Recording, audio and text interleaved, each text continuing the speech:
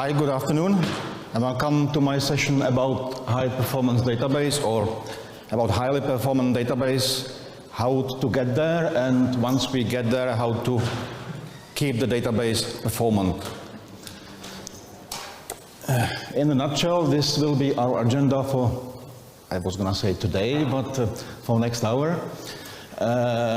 Firstly, my name is Libor Laubacher. I work for Progress Software. I used to work in support for 14 years, I believe. Then I switched to the dark side. I joined consulting, or rather MDBA, like 7 years ago, and this is where I am still in the Progress Managed DBA service. One of the things we do is the database health check. That's the main thing I will be talking about how to use the DB health check to optimize the performance of your database and other associated stuff along with it.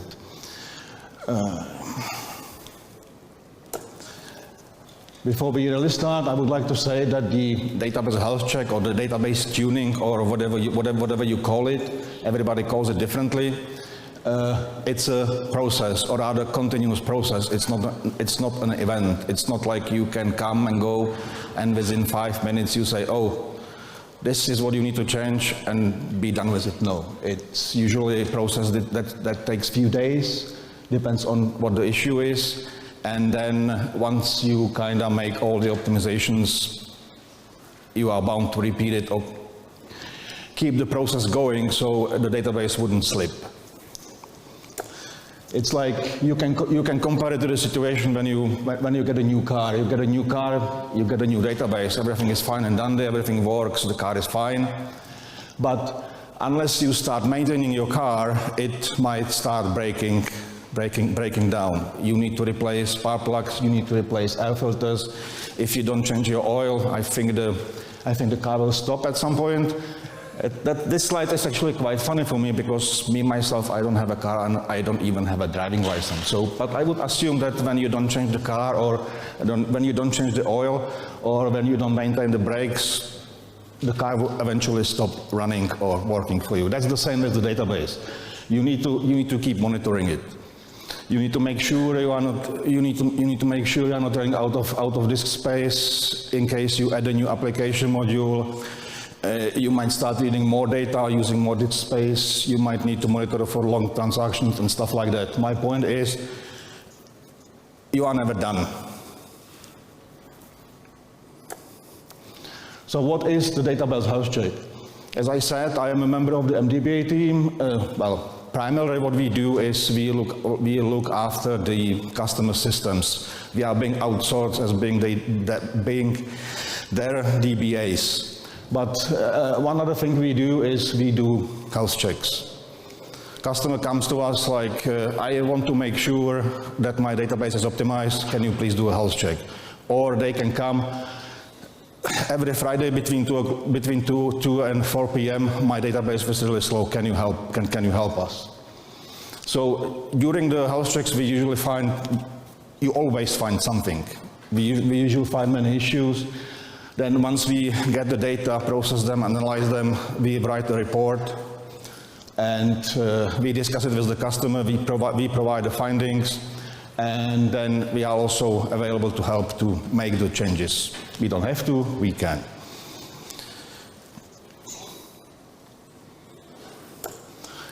Well, one thing before I go to the common issues and measurements and what to check for and what to find out, what to look for, is that is one thing you can do, not right now since you are sitting here, but is there any one of you still running on HP, Solaris, AIX, those old systems? Okay, one? Okay, that's good, because I was going to say that there is one thing you can do right now, well, once you get back home, is to leave those old CPUs, old systems, and go, well, preferably on Linux or Windows if you must. Point of my sentence is go to Intel, go to latest Intel or AMD chips. You will gain performance right out of the bat comparing to the old HP, AIX, and Solaris. And also, before I go to the issues, how would you measure what do you need to get to the database health check? Well, indeed, you need to measure some database matrix to see how the database is doing in order for you to find out and then make some recommendations, see what's happening. So what we usually do is we deploy script, which is called the Progress Monitor or PROMON. We set it up and capture the data for usually 2 days, or if the customer comes with a specific time, we have a problem this day, every day, I mean every Friday between 2 and 4 p.m., then we may focus on that specific, or you may focus only on that specific time period, but usually it's like, if you want to measure, see what your database is doing and how it should be improved, you need to find out, you need to pick a time slot initially. Let's say you will be monitoring 2 days, or you know that every weekend you're running a monthly weekend report or month-end report, and you focus usually on the days when your database activity is more than during normal days. So you deploy your scripts, you start monitoring. Then once the data came back, once you have all the necessary data, you process them and you analyze them. So let's now talk about the things to look for and the common missettings or issues we find out. 1 second. So one of the key metrics or key database parameters related to performance would be a minus capital B, which drives the size of the database buffer pool. That means how many blocks you can buffer in memory, so you wouldn't need to go for the records to the disk. How do we do it? As I said, we take the data and then we get the database reads, we divide them by the number of records reads, and then we see what the ratio is. And usually what we find out that when you have a ratio higher than 100, or higher the better of course, then you are okay minus B setting wise. What do we recommend? Well, the general ballpark or the generic recommendation is that your minus B should be at least 10% of your database size. Well, it's not set in the stone. I would say use common sense. For example, if you have a 4 terabyte database, if you would take it literally, then you would need 400 gigabytes of RAM, which is not uncommon these days, but then are you really using the most sensible recommendation is try to fit your usual daily workload into the minus B. How would one monitor it? Again, either VST or you go to PROMON R&D and then option 2, option 1. Here is the example. Here is the example on how such screen looks like. Of course, this should be you don't sit in front of the screen and check all 2 days, all 3 days you are capturing this. Of course, you are piping it out to the file, and then you are analyzing later.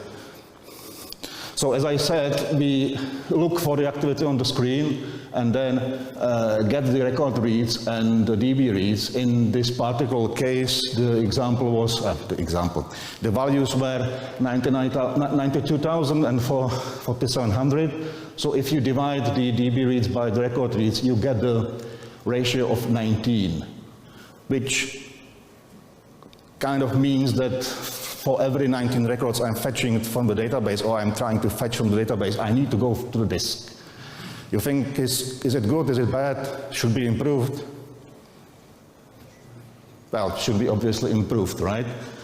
But I will go back to the previous screen, and if you see the line number 2, the line after the summary, you see that this sample is for 350 hours.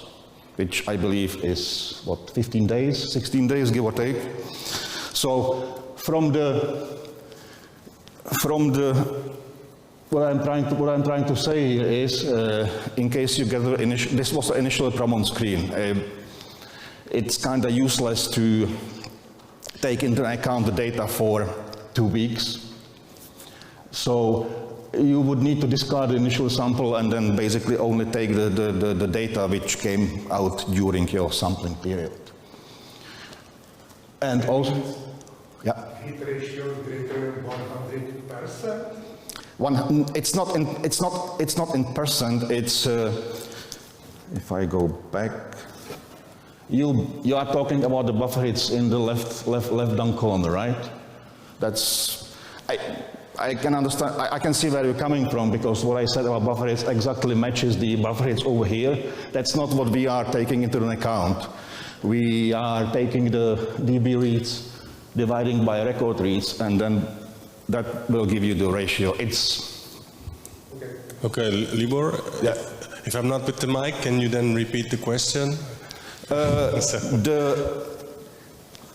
The question was from the slide, and the question is, over here it said that the buffer hits ratios greater than 100 are excellent, and the question was if I meant percent, and the confusion was because this screen also says buffer hits. I mean, if you see the left bottom corner, you see buffer hits 97%, but that's not what we meant by buffer hits. Yes, it can be confusing. My apologies. So that's regarding the minus B setting. Again, if you're from what we find out from the many database health check, we experience that if the value between the DB reads and the record reads is above 100%, the performance was acceptable. Of course, if you can get it higher the better. The second thing, or another thing we look for when doing the health check is what disks do you have? I mean, you can buffer everything in the memory, that's fine. So if your database does only reads, hey, we are done, we can go home. But there are no such databases, or at least not what I have experienced. Of course, you have users, you have applications, you have bad jobs. They do updates. You need to write the data to the disk, right? So you need to pay attention also on the speed of your disks or the disk system you have to work with. So how do we measure what would be the indication of the slow disk? Well, one of the indications would be the database MTX ledge. MTX stands for a microtransaction ledge. That ledge is kind of directly related to the disk and vice versa. If the disk performance is bad, then you will get very, very high number of the MTX ledges on your database. You can measure it again in Promon, R&D. Unless you are on version 12, you still need to go to that hidden option DEB, GHB, and then SEX11. If you are on the OpenEdge 12, you see that option right away. I mean, it's not hidden anymore. So how can you measure the disk? In the Promon you will see the high amount of ledges, but how can you measure the actual disk speed? Well, there are ways how to kind of determine if the disk is acceptable for the database performance or for what you need it to do. And one of the tests or one of the measurements is BI grow, which is a parameter of the preutil command, preutil -c BI grow. And that command basically pre-grows BI clusters. So this command measures how long does it take to grow a BI cluster. And and especially in case when you get a bad performance, you would need to solve it, or you would need to talk to your your storage guy or to whomever responsible for your storage. And usually when you tell them that the output of this command is slow, then they tell you, oh, when I copy the file, it's fast, it must be the command. So the other alternative is use the DD, because you can use the DD command, which is the OS utility. You can mimic exactly the same calls the pre-util BI does, and this way you are giving the storage guy pure OS command he or she can run and try to optimize it.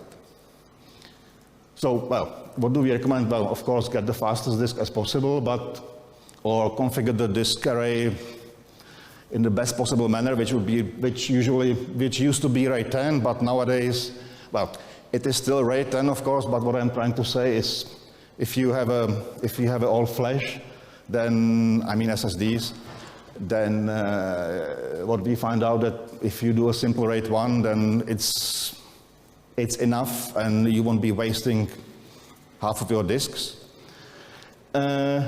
Also, what you should pay attention is what file system do you use. For example, on Linux, you might play with ext4, or you might go for XFS, especially for the BI cluster size formatting.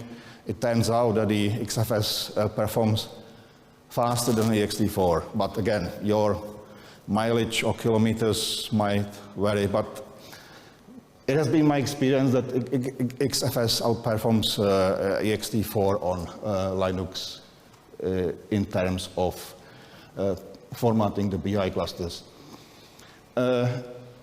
Another thing I'd like to mention is I would suggest, and I'm not trying to start a war here, because there has always been and always will be a war between, hey, you should be using fixed extents. No, we are using variable and we are fine.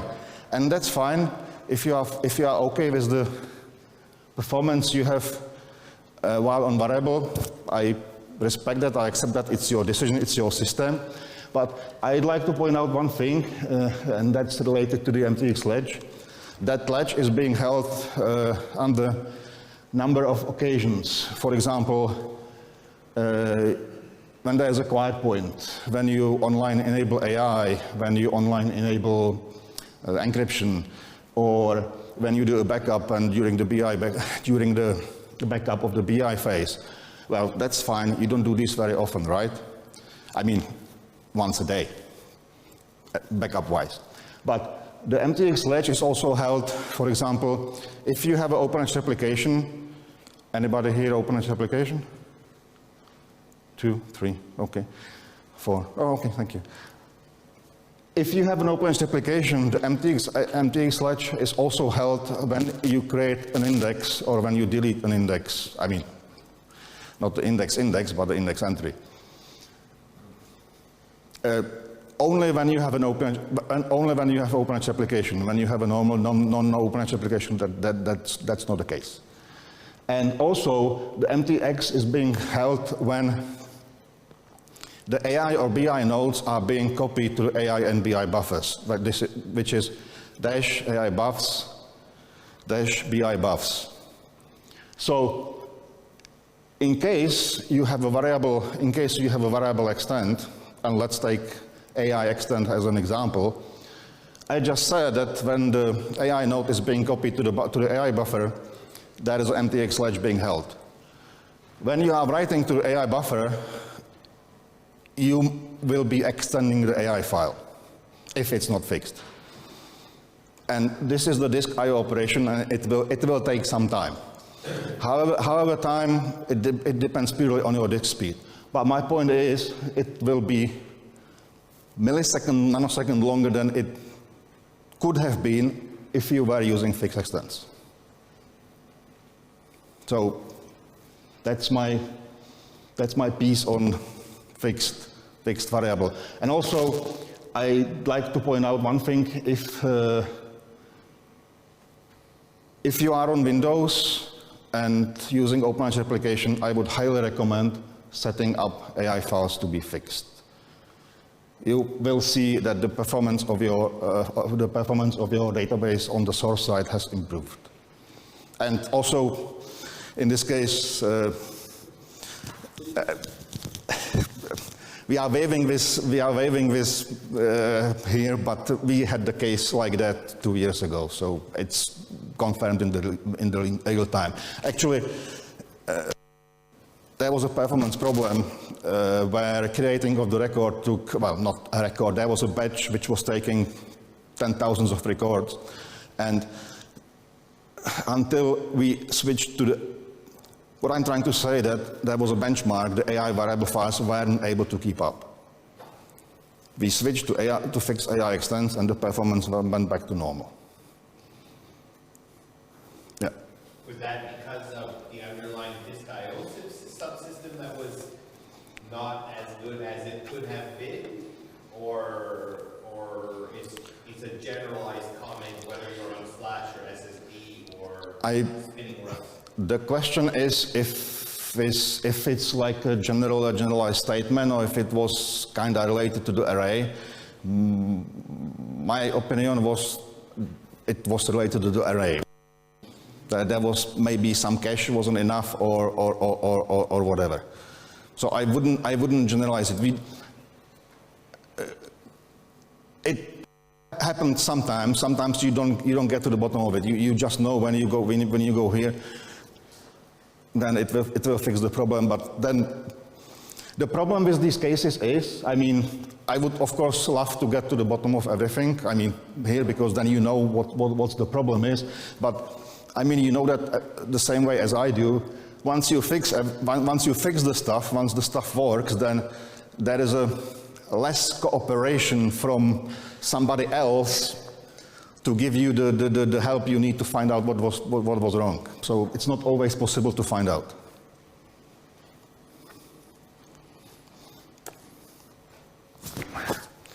The other thing to look for, other thing to check for is, other thing what we find out which is not tuned properly is the object cache, aka -om size. What is it used for, or what does it do? Well, as the name suggests, it caches all the objects in the database, and by all the objects I mean tables, indexes, and their relationship. And whenever a client connects to the database, it has to read this cache. It has to read the amount of objects. It has to know what is it working with. So if these objects are not cached, if the size of this cache is not set properly, there is an extra latching. If the size is set up properly, the latching goes away. It's a teeny tiny thing, but if you happen to have 1,000 users, every delay or every latch counts. So what do we recommend if not set properly? Well, first, find out how many objects do you have. You can do it with that SQL statement, or you can do for each storage underscore storage object, count the amount of the records, and then set it. It is recommended to round up. Let's say you get a value of 7,152. So it's recommended to round it up to nearest 1,000, which would be 8,000 here. So you have the leeway in case you add new objects, new tables, new extents, new whatever. You don't have to change it. It's preset. But it wouldn't be so bad. I mean, if you forget, you can always change it online. One more thing for this parameter. In case you have a multi-tenant database, make sure you multiply the value by the number of your tenants. So even if it tells you you have 7,152 objects, then if you are in the multi-tenant database, if you have let's say 5 tenants, then multiply it by 5, which will give you something 35. So set it to 40,000 and be done with it. And I already said it ahead of myself. Once the OM is set up properly, all these locks will go away.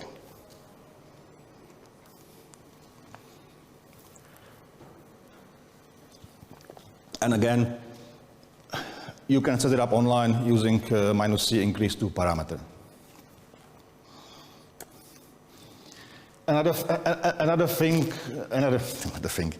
parameters that we find out they are not set up properly are the BI and buffer weights, or minus BI and AI buffers, which is -BI buffs and -AI buffs. To say that nowadays the latest OpenEdge 12 it's started to correct all these.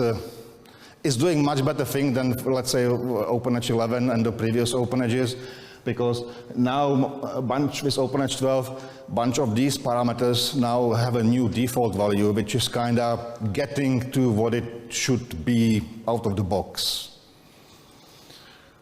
So how do we measure it? Again, we use Promon in the for the BI anti-buffers option to option 5, and for the AI option to option 6. And we look for the,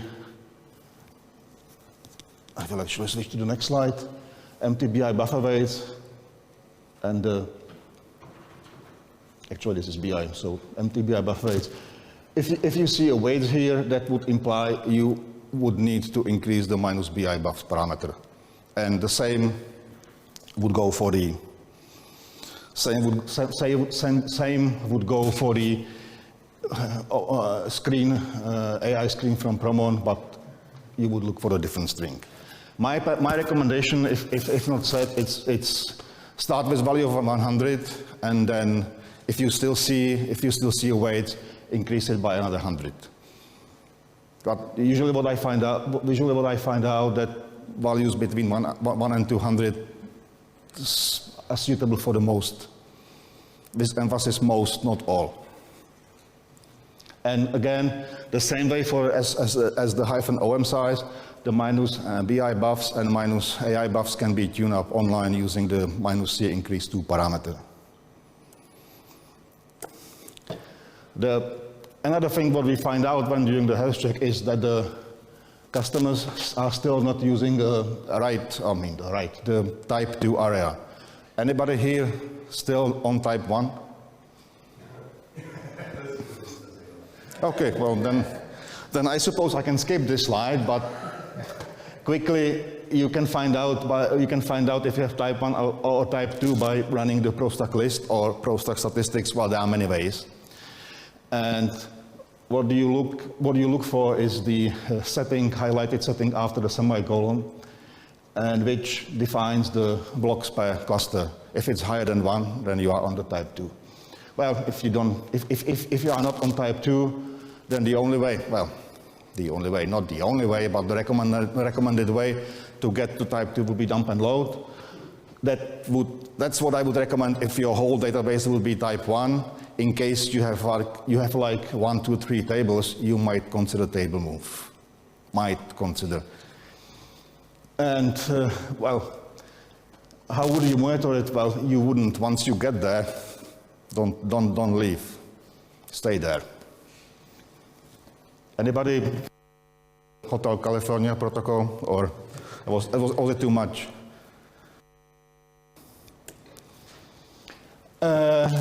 The other part of the health check, the other part which also influences the database performance is your actual data.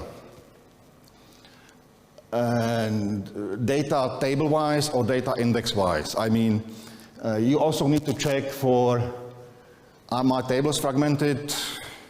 How many records do I have? How many indexes do I have? Are they being used, or are they fragmented and stuff like that? So that's another part what should be checked in the health check, because it's a part of your database, and it does affect the database performance. So to find out about tables, for the tables is you would use the tab analysis with the ProUtil DB name -C tab analysis. And in case we find out that some tables they are fragmented, they should be dump and loaded or reorganized. Well, dump and load is one thing which you can do. Again, if the table is small or only just one, you can also use table move. And also, I don't know, anybody here on 12? Okay. Anybody here on higher than 12.2? Which is the LTS. Oh, brave new word, okay. So, I believe in 12.2 there was a feature which is called online reorganization introduced, where you can sort of do dump and load online. The recommendation would be, well, of course, if you run the table analysis once, you need to run it eventually again. If you do it once, then people are writing, reading the data, deleting records, so the database works and lives. So the recommendation is run the table analysis periodically. Depends on your environment, right? You know your environment. I don't. Well, at least not here. So you would need to decide if it's like monthly or 3 months. So this would be kind of the nice output from the table analysis. That would be area name, table name, how many records, what's the size, average size, and in case we would recommend, based on the scatter, we would recommend you might want to dump and load this table.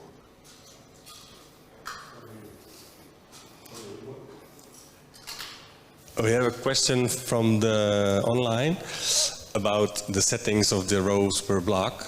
In an index area, do you still recommend that to be 1? Or Are we gonna start another war? Okay, so the question is what RPB one would set for the index areas. I would personally set 1, and I always do. But if my former boss would be here, he would argue then that it should be 128. And it's actually for the simple reason is if somebody makes a mistake and chucks the table to the index area, which happens, then you will get a rapidly growing table. So it depends. I mean, if you are managing your environment, you know what you're doing, then again, I would personally set and let it be 1. But in case other people might add objects to your database without you knowing that, then if the RPB is set to 1, then if they make a mistake, again, you will get a large, huge growth within few seconds. So depends.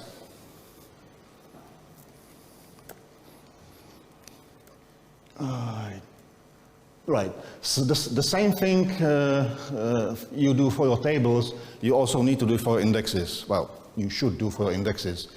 There are 2 things we need to check regarding indexes. I'll mention one now and other thing later.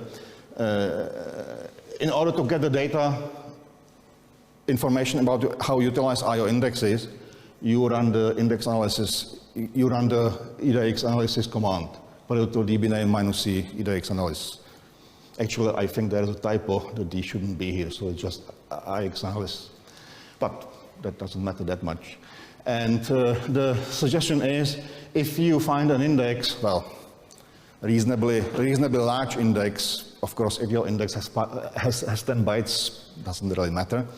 If the index utilization is below 70%, you would want to run the index compact command preferably with the value of something like 90 or 95.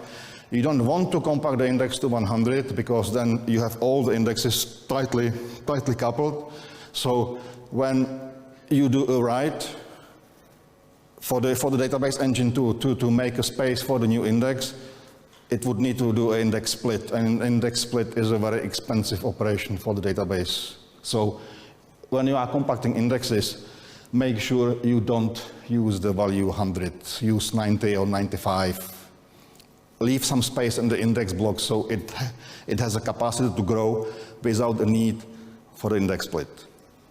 I mean, Eventually, of course, there will be index split, but why not prevent it if we can? So, for example, this would be the example of the output of the index analysis. So you can see, based on what I just said, none of these indexes would apply for the index compact.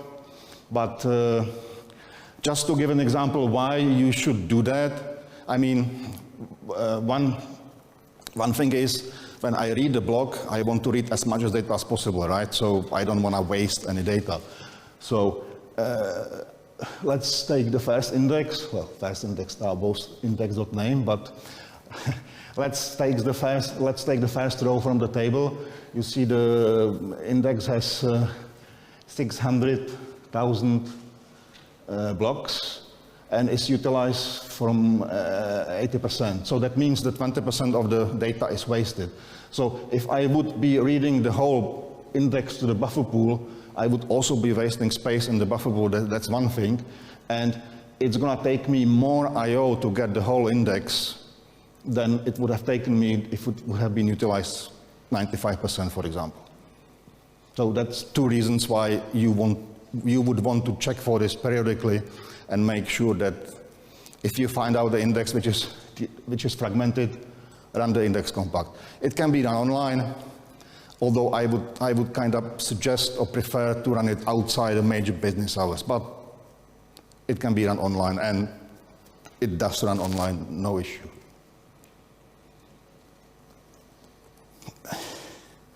The next thing we check and measure for during our health check is checkpoints. Again, use Promon, R&D option 3, option 4. The recommendation or the ballpark is the checkpoints should be at least a minute apart. You don't want to keep checkpointing very often. In case you do, well, find out first, in case you do checkpoint too often, then first find out when is it. Is it during the nightly batch for half an hour? In this case, it might be fine. If it's during the day, then what you should do or what you need to do is to increase the BI cluster size. But also, you just can't increase it like, you just can't triple it or quadruple it out of the box without taking some data first. If you recall, on like slide number 5, I had a slide about the slow disks. There was a BI grow test. So this test will tell you exactly how fast your system is in formatting the BI cluster size. So, for example, if your speed of the disk is, example here is 12 megabytes per second, you might not want to go above 24 multiply 2 of your speed to have a BI cluster size. Otherwise, you would wait. You would wait a long time when the new BI cluster gets formatted. Of course, there is always a way that you can pre-format the BI clusters using the -BI grow. So, for example, before you start the database starts by default with 4 BI clusters. If you know that your application has some weird transaction scoping, locking, you name it, what you can do to put into your database startup script, you can put -BI grow, let's say 50, 100 clusters, and you would start with 100 BI clusters. So if the database would need another cluster outside the default ring of 4, it would already have them, and it wouldn't need to format them. So BI grow or pre-formatting the clusters using BI grow, it's can be considered a workaround for your slower disks or slower disk from the BI operation point of view.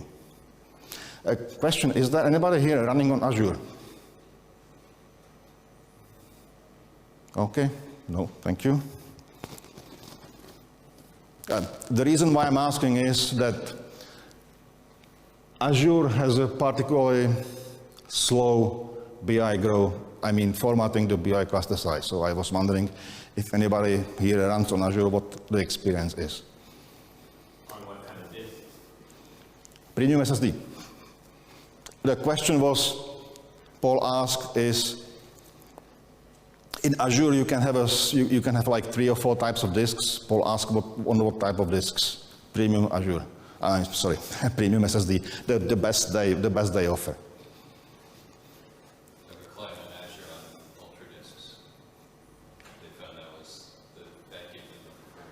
Okay, thank you. Yeah, well. Right, there are a couple of other things to check for, or to have it set a certain way.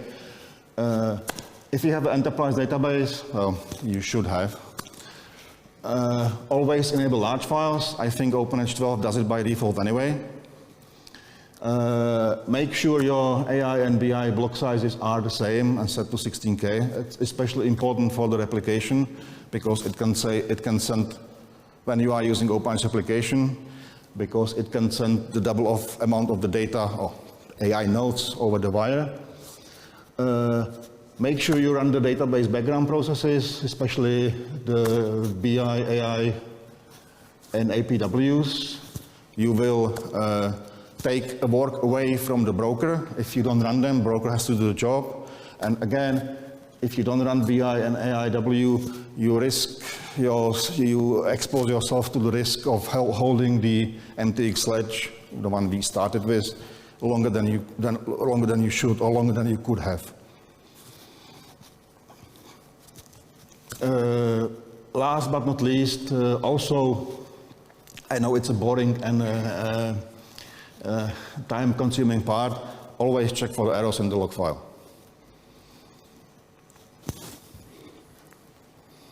So, are we done yet? What do you think? What's the performance benefit of the large files? Performance benefit of the large files, okay, you got me again, and none. But it sort of prevents the question was, what is the performance benefit of the large files? The answer is, I believe none.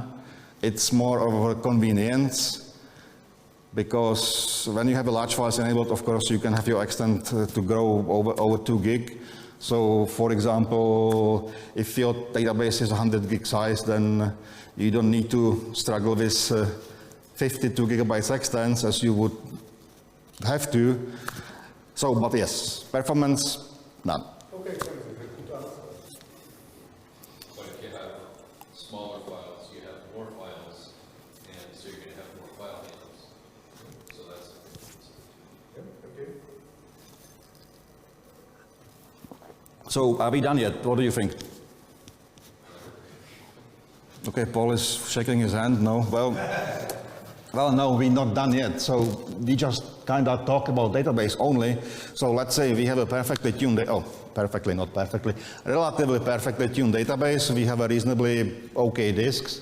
Well, we also have clients, right? I mean, if we have no clients, then we could just go home because we have nothing to do. But we have clients using the database, either via your application or themselves or SQL and stuff. We also need to mention backups because, again, they are not strictly related to the performance, but they do belong to the health check, because if you are checking for the overall health of your system, you need to take the backup into account as well, because if something happens, then you have no database. So we also need to know, or should know, what do your clients do? So how do we measure it? Well, at the very least, we query the table.stat and index.stat tables. You can also query the user table IO if you want to pinpoint a user, a specific particular user.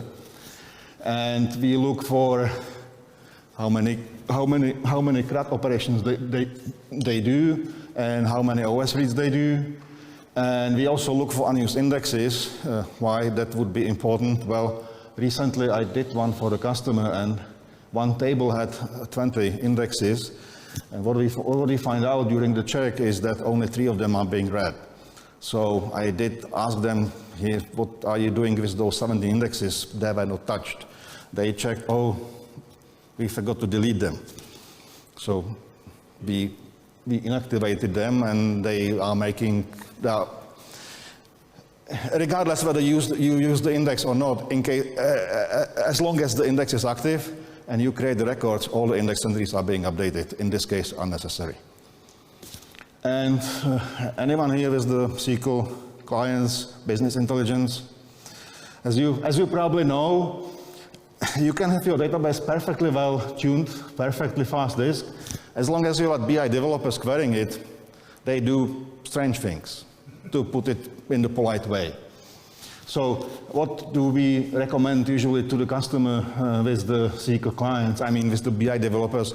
Don't let them run against production. If you have OpenEdge replication, flip them to the target. If you don't, then, for example, you can replicate using Pro2, you can replicate from Progress to SQL, Oracle. Let them do their BI stuff, BI craziness there. And if you really must, then make sure they can only read.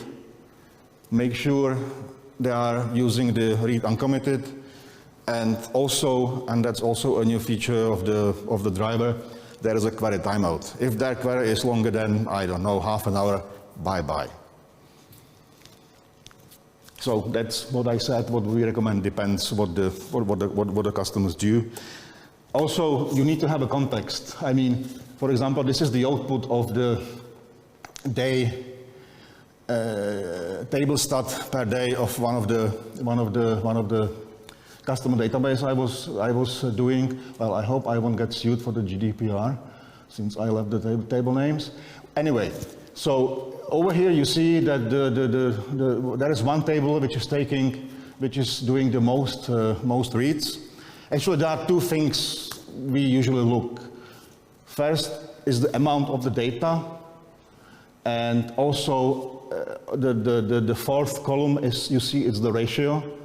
And the ratio is kind of a ratio comparing to how many records do I read from the table for the whole day or for the sampling period to how many records I do have in the table. So for example, if you check for the table encounter type, it's like about 1, 2, 3, 4, 5, 6, 7, 8, 9, ninth from the bottom. You see it's been read nearly 12 million times. But it has only 9 million records. So what does it tell you? Well, that firstly it tells you that your application guys could do a better job. So how would you fix that as a DBA? I mean, you usually don't have an access to the application, right? Well, first you can talk to your application guys, say, hey guys, this table you read 11 million times. And there are only 9 records. Can you maybe put it to the 10 table? Sometimes, not very often, they say yes, we do that. But usually they say, nah, too complicated, we need to sync them, and they always come with an excuse. So then what you can do, you can pin that table to the secondary buffer pool -B2. That's what you can do from the DBA point of view. And also in this particular, but if you are the one doing the health check, then of course you have no idea. I'm reading 1 billion records of the result table per day. Is it fine? Is it not fine? Can you know? You can't know. You need to work with someone who has an idea what it should be. And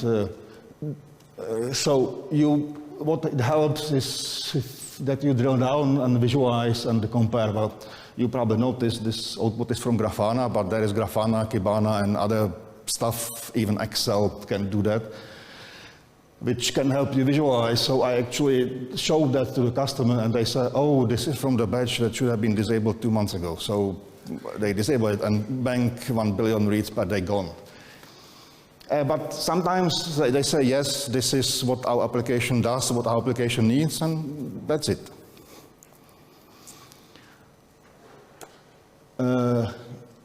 In continuing for the health check, don't worry, we are nearly done.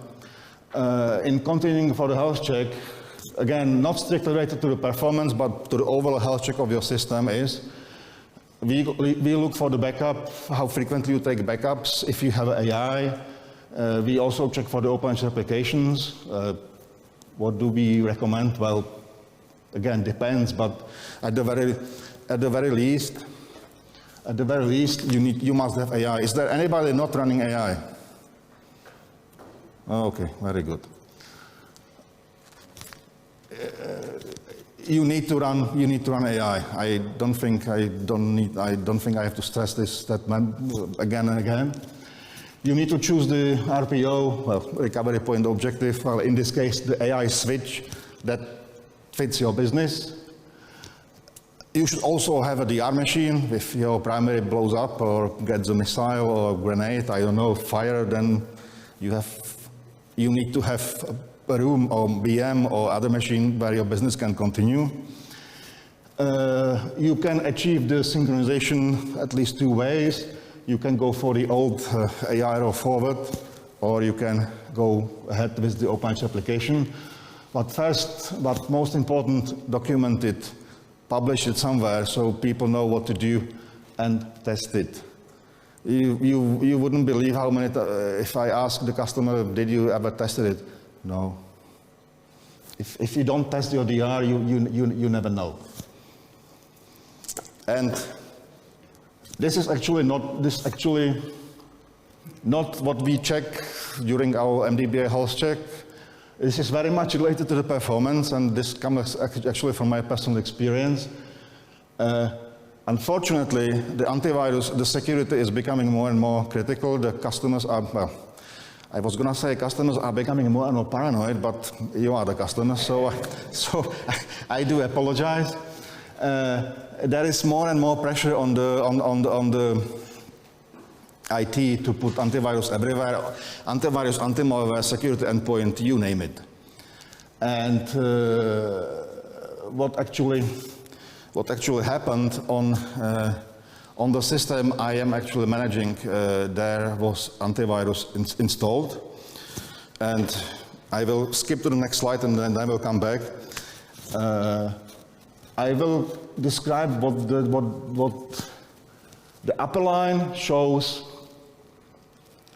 the output from SAR. The bottom line shows the output of the uptime, I mean the load.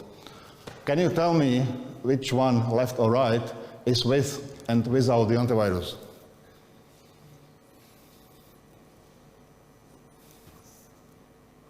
Yeah? Any guesses? Okay, the left part is without the antivirus. The right part is with the antivirus. You can ignore the data between 0, 0 and 0400 because that's where the backup gets compressed, so the CPU is hammered. But if you take the time between from 0400 and 2200, you see on the left side that the CPU utilization, I mean the user percentage of SAR, never goes above, barely goes above 30%. It's usually 25. Happy as a clam machine. If I go to the right side, then you see that the green line is 40%, and the sys line stays on 20%. So the SAR output without and with antivirus is 2-3 times worse than without it. And again, here there is an OS load. You see here that without the antivirus, the load of the OS, the top load, I mean the max load, was 16. Also, the number of processes waiting to get a CPU time is 99, and that only happens once a day when there is a job queue. If I go to the data from the antivirus, then it's double or triple. So the antivirus guy, when I started to argue that the system is slower with the antivirus, then the guy said, no, it's a minimal overhead. So then I gave them the slide, and I was like, okay. So it must be progress. What? Yes, it must be progress. Yes, that was one of the arguments. So I mean, sometimes you don't have a choice. Sometimes the decision, hey, there must be antivirus, comes from the CEO or whatever, somewhere above in the cloud. And so you kind of, what I would suggest if that happens to you is get a day or two, shut down the bloody thing, and get the measurement. Maybe it will work. Maybe they will see the overhead is too much, and they will shut it down. If not, there are kind of ways how to minimize the minimize the impact, like exclude the progress folder, exclude the database files, exclude the binaries, and exclude the temporary, the -t from the antivirus. It doesn't always help. Yes, Paul. So your CPU usage went from whatever 30 to 60 or something like that, right? Yep. Did you see a measurable performance change at the database level? Like, did you see reads per second go down? No, no reads per second, no. The question was, the data presented on this slide are from the OS point of view. The Paul's question is, do I see anything on the database? Yes. The amount of database latch wait timeouts have doubled. For starters. And you could kind of see when logging to the application that you could see it was slower. But fortunately or unfortunately in this case, this customer recently went from HP to Linux, so the performance, the application got a performance hit, but when they compare it to the performance they had on the HP server, it's still flying. So, right, and we reached the end of our session. So, I would say the